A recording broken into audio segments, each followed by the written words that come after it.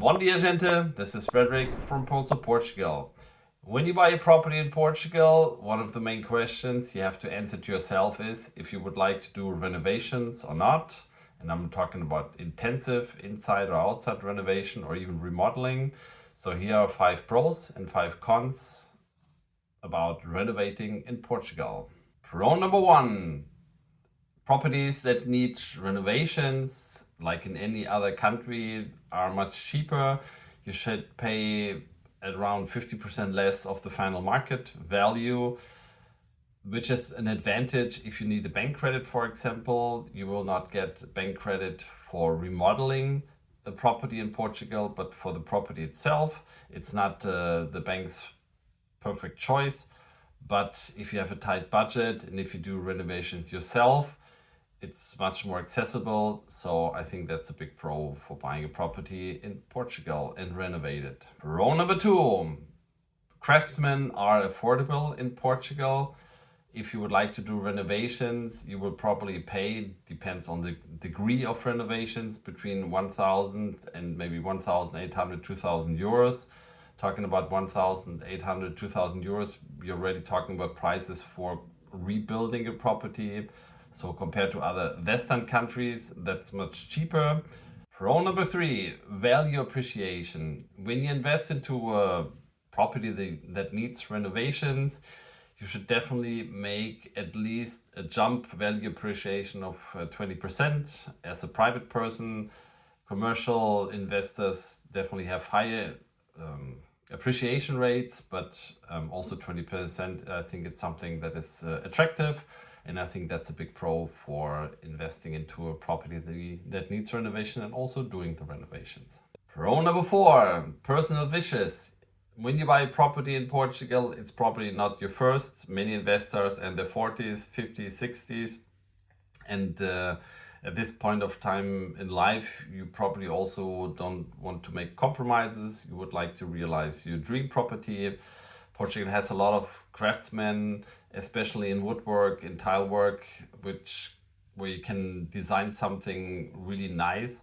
So if you would like to fulfill your dream house, buying a property that needs renovation is definitely a good basis for this, because you can make the property the way you want. Pro number 5, it's a little bit a more future pro. The European Parliament is always pressuring the countries in Europe to have better energy ratings when it comes to housing. They would like all the houses to have at least an energy rating of C in the future.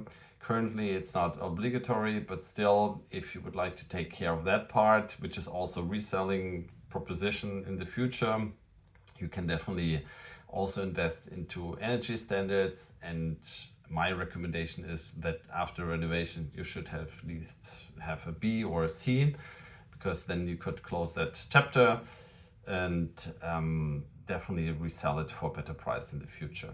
Disadvantage number 1, it takes a lot of time in Portugal. If you would like to remodel a house, for example, we're talking about 1.5 years until the renovation is done.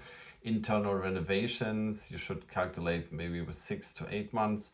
So if you would like to appreciate the property right away, you should not go for renovations because they take time in Portugal. Disadvantage number 2, it also takes nerves to do renovations independently where you are. This is not a Portuguese matter, I think, but still, if you do renovations for 6-8 months or 1.5 years, not everything goes smoothly. Some things go wrong. You have to coordinate things. And if you're not the type of person that handles this kind of stress easily, some people say it's not a big problem.